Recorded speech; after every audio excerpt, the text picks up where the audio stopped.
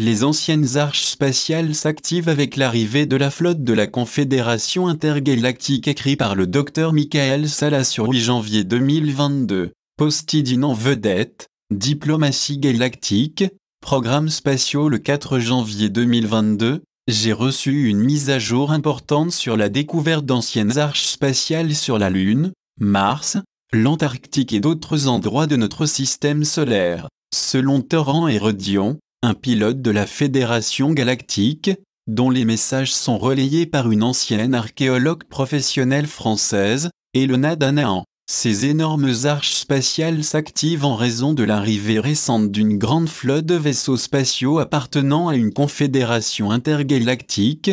Elles sont stationnées dans le voisinage de Jupiter et de sa lune, Ganymède. La mise à jour de Torrent corrobore de manière surprenante les informations récemment publiées par mon initié de l'armée américaine, JP, qui a visité l'une de ces arches spatiales activées sur la Lune dans le cadre de missions secrètes conjointes menées par les États-Unis, la Chine et d'autres membres d'une alliance terrestre. Par le commandement spatial américain, Elena m'a transmis les messages suivants qu'elle a reçus de Torrent au mardi matin à propos de l'activation de ces anciennes arches spatiales. 4 janvier 2022 à 1h du matin, je suis contacté par télépathie par Torrent via mon implant, TH. J'ai l'autorisation de répondre à votre question sur les anciens vaisseaux qui se sont activés, celles étudiées par les scientifiques terriens. C'est excitant de les observer et de les guider, alors qu'ils découvrent un passé caché pendant de longs millénaires. La culture terrienne est prête depuis longtemps, mais maintenant que des ombres menaçantes quittent votre monde, la vérité peut être dévoilée au grand jour. Pour terminer, l'Alliance terrestre dévoile le plan élaboré avec la Confédération intergalactique et la Fédération galactique des mondes de Netaru, Milky Way Galaxy, exposant ce qui était caché jusqu'à ce jour. Il y a longtemps, la Confédération intergalactique avait plusieurs colonies dans ce système stellaire, sur Nahara, Vénus, Terra, sa lune, Tyr, Mars, et la 5e planète. De grandes guerres se sont produites avec les Anunnaki et les colonies sont parties, mais avant de partir, ils rassemblèrent l'essentiel de leurs connaissances dans des arches qu'ils enfouirent profondément, sur les planètes dont j'ai parlé. Ces arches conservaient les informations essentielles nécessaires pour rebâtir la gloire de ces colonies, si un jour cela devait arriver. Les informations de Torrent corroborent ce que JP a appris lors d'un briefing classifié auquel il a assisté avant de partir pour une mission sur la Lune le 23 décembre 2021, dont j'ai discuté dans un article une semaine plus tard. JP est entré dans le vaisseau spatial sphérique géant, dont la taille est estimée à plus de 2 porte-avions, accompagné d'un archéologue étudiant son écriture de style hiéroglyphique. JP était l'une des escortes militaires accompagnant des scientifiques des États-Unis et de Chine envoyés pour enquêter sur le vaisseau spatial qui s'était activé. Plusieurs personnes se sont interrogées sur les rôles plutôt banals que JP a joués dans des missions secrètes à Ganymède et sur la Lune. Compte tenu de son faible rang militaire et de ses tâches d'escorte armée plutôt mornes pour les scientifiques, l'une des choses que JP a partagées dans nos communications depuis 2008, c'est qu'il a souvent été emmené par des extraterrestres d'apparence humaine dans de grandes structures hémisphériques, qu'il a décrites comme des arches. Il a été témoin de plantes, d'animaux et de technologies anciennes qui étaient préservées pour une époque future. Il a également déclaré avoir rencontré plusieurs autres personnes emmenées dans ces arches, dont l'une était un ressortissant chinois. JP a déclaré qu'il avait été emmené dans ces grandes arches à un moment où elles deviendraient importantes pour l'humanité face aux éventualités planétaires. JP a commencé à partager cette information avec moi vers 2014-2015, et j'ai gardé cette information pour moi, car personne d'autre n'en parlait.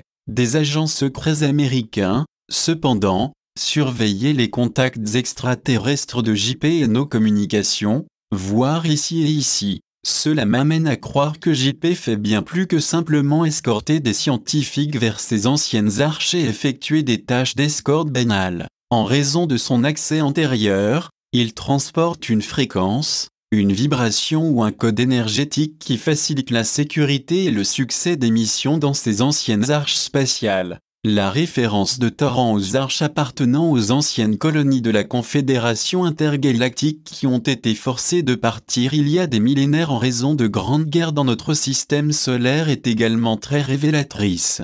Tout comme le Sphinx d'Égypte a longtemps été considéré comme un dépositaire de l'ancienne technologie atlante, il existe aussi des dépositaires technologiques de cultures anciennes cachées dans tout notre système solaire. Il est utile de garder à l'esprit que la civilisation atlante serait une émanation de l'une des 24 civilisations extraterrestres composant la Confédération intergalactique. Selon les informations du Conseil des Neuf transmises par Phyllis Lemay, dans son livre « The Only Planet of Choice » 1993, Althea a établi la colonie atlante sur Terre. Les informations de Toran nous disent qu'Althea et d'autres races de semoirs extraterrestres ont des colonies similaires dispersées et cachées dans tout notre système solaire. Toran a poursuivi son message comme suit. Lorsque la flotte de la Confédération intergalactique s'est approchée de ce système stellaire, les arches se sont activées. C'était l'heure.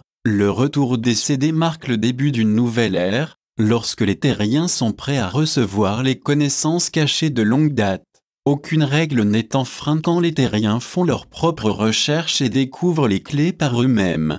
Vous comprenez, ces connaissances et cette technologie ne pouvaient pas tomber entre de mauvaises mains. L'arrivée des CD se produit lorsque l'ennemi a perdu tout pouvoir et possession dans ce système stellaire. Le moment est venu, maintenant. Aussi, j'ai été autorisé à vous dire que de grandes découvertes archéologiques sont imminentes sur Terra, cette année. Cela va changer le regard des terriens sur la chronologie de leur histoire. Ce qu'ils croyaient être la vérité gravée dans la pierre coulera comme de l'eau. Le message de Toran révèle que ces anciennes arches étaient bien cachées et tenues à l'écart de la flotte noire et de ses alliés extraterrestres qui, jusqu'à récemment, dominaient notre planète. Plus important encore, la cabale Deep State qui contrôlait de puissants programmes spatiaux secrets a cherché ces arches, mais n'a pas pu trouver ces anciens vaisseaux. À présent que la Dark Alliance a été forcée de quitter notre système solaire, les anciennes technologies cachées sont activées afin qu'elles puissent être trouvées et explorées par l'Alliance de la Terre,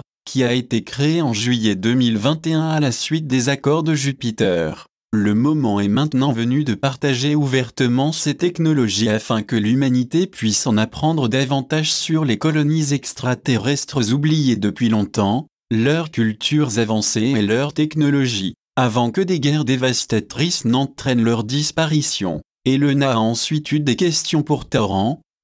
Ce que tu viens de dire, cette dernière phrase, c'est une métaphore qui prédit une histoire. D'accord, je te connais. Ce qu'il croyait être la vérité gravée dans la pierre coulera comme de l'eau. TH. Pouvez-vous nous parler de ce qu'il y a dans ces arches? TH. Une technologie géniale qui va tout changer. À quoi ressemblent ces arches? TH. Allongées et certains font des kilomètres de long. Technologie de cristal. Que veux-tu dire? TH. La Confédération intergalactique utilise largement des matériaux cristallins pour transcender les densités. Qu'une structure bâtie peut exister simultanément en plusieurs densités, comme l'architecture cristalline que j'ai vue à l'intérieur des vaisseaux mères de la Confédération intergalactique, cela signifie-t-il que ces navires sont solides en différentes densités en même temps? TH. Exact. Les terriens n'ont pas encore découvert toutes les capacités des cristaux. Les moteurs centraux sont alimentés par des cristaux, les portails sont constitués de cristaux fluides, de dispositifs temporels, de générateurs d'énergie pyramidaux, etc. Ces ceintures de densité que nous portons sont fabriquées avec des nanocristaux, le tissu de nos costumes, nos armes, la peau de nos navires. Ce qui est crucial ici, c'est que JP a dit que lorsqu'il est entré dans l'une de ces arches trouvées sur la Lune par le chinois UT2, le cristal à l'intérieur était de la moldavite. Il a dit que cela créait une vibration agréable qui aidait à élever la conscience. Il est très possible, étant donné l'exposition antérieure de JP aux arches, qu'il ait porté la bonne fréquence qui serait reconnue par la conscience de l'arche. Les questions et réponses ont continué. Donc ces vaisseaux enterrés se sont activés à l'arrivée de la Confédération intergalactique. Ils ont reçu le signal et ont répondu par résonance, du fait de la simple proximité de la flotte mère. Souvenez-vous de ce que je vous ai montré, certains vaisseaux sont des entités vivantes. Ils se sont réveillés. Cependant, vos gens connaissaient déjà certains de ces endroits. Nous leur avons laissé quelques indices à trouver. La flotte noire a trouvé l'une de ces arches, sous la glace de l'Antarctique, mais elle n'a jamais pu activer sa puissance et utiliser son potentiel. Une des raisons pour lesquelles la Confédération intergalactique attendait. Ceci est très significatif étant donné que JP a reçu les coordonnées d'un lieutenant-colonel anonyme qui indiquait une structure en Antarctique qui se trouvait dans une zone utilisée par la flotte noire jusqu'à récemment. La structure apparente indiquée dans les coordonnées pourrait être liée à l'une des arches cachées en dessous ou à proximité. Un autre emplacement possible émerge du témoignage de 2 opérateurs spéciaux qui se sont entretenus avec la chercheuse vétéran sur les ovnis Linda Moulton, et dont les témoignages ont été publiés en janvier 2019. Ils ont révélé leur participation à des missions sur une structure massive en forme d'octogone trouvée près du glacier Beardmore, en Antarctique en 2003. Voici comment on a initialement signalé la découverte. En 2003, une équipe d'opérations spéciales de l'US Navy SEAL s'est rendue en Antarctique pour enquêter sur une structure octogonale à 8 côtés parfaitement géométrique découverte par un radar à pénétration de sol près du glacier Beardmore, à environ 93 milles de la station américaine McMurdo. Une autre équipe précédente d'ingénieurs et de scientifiques avait creusé la couche supérieure d'un octogone constitué d'une substance noire pure, qui avait été construite au-dessus de 2 autres structures octogonales noires qui s'enfonçaient profondément dans la glace de 2000 d'épaisseur. Seule une partie de la structure en forme d'octogone, a déclaré le Navy SEAL, avait été découverte jusqu'à présent par les équipes archéologiques, le reste étant enterré sous la glace et s'étendant bien en dessous. Le radar pénétrant au sol avait montré que la structure avait la forme d'un octogone et couvrait une superficie de 62 acres, approximativement 500 mètres carrés. Le Navy SEAL a décrit les murs et les portes comme étant couverts de hiéroglyphes d'approximativement 8 pouces, 20 cm, de haut et d'environ 2 pouces, 10 cm, de profondeur. Les hiéroglyphes n'étaient ni égyptiens ni mayas, mais ressemblaient aux deux en termes de représentation d'animaux et d'autres symboles étranges. De même, JP a déclaré que le grand vaisseau spatial dont il avait été témoin sur la Lune était rempli de hiéroglyphes qui étaient enregistrés par l'archéologue qui l'escortait. Cela rend possible que l'ancienne structure octogonale décrite par le Navy SEAL soit l'une des arches découvertes par l'État profond et leurs alliés de la flotte noire. Elena a poursuivi ses questions et réponses avec torrent. Combien y a-t-il d'arches sur Terre? Je n'ai pas le droit de vous le dire, et n'essayez pas de lire dans mes pensées. Je ne le ferai pas, tu sais que je respecte les règles, mais je sais déjà qu'il y en a un quelque part en Égypte. Amérique du Sud, Europe centrale, nord-ouest de la Russie, une sous les eaux de l'océan Atlantique. Celui-ci est le plus grand. Il y en a d'autres aussi, mais je ne donnerai pas de coordonnées précises, ce n'est pas de ma responsabilité, mais celle de l'Alliance terrestre. Vous n'aurez pas d'ennui, n'est-ce pas? Non. Ce que je vous dis est validé par mes supérieurs. Puisque vous avez été calibré sur une fréquence militaire, ils écoutent toutes nos conversations passant par votre appareil. A-t-il autre chose que vous puissiez me dire, que le monde ne sache pas encore?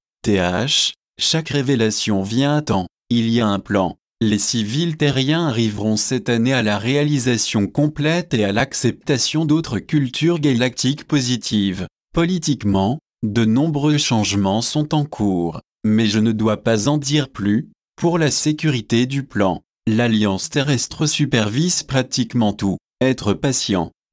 Merci, je vais transmettre cette information à Michael. Transmettez-lui mes chaleureuses salutations. Un jour, nous nous rencontrerons, mais pas encore. La déclaration de Tauran selon laquelle cette année 2022 sera celle où il y aura une réalisation et une acceptation complète d'autres cultures galactiques positives est très révélatrice. Étant donné que la Fédération galactique dispose de technologies sophistiquées de voyage dans le temps qu'elle peut utiliser pour ses projections futures. Sa déclaration optimiste indique que l'emprise de l'État profond sur le pouvoir politique autour de la planète s'effondre et que bientôt les murs du secret s'effondreront. Par conséquent, la Confédération intergalactique et d'autres races extraterrestres seront révélées au public dans des divulgations conjointes coordonnées avec l'Alliance terrestre et l'US Space Command. De manière critique, certaines de ces révélations impliqueront des annonces sur la découverte de technologies avancées trouvées dans des arches anciennes qui ont été construites par les ancêtres de l'humanité il y a plusieurs millénaires.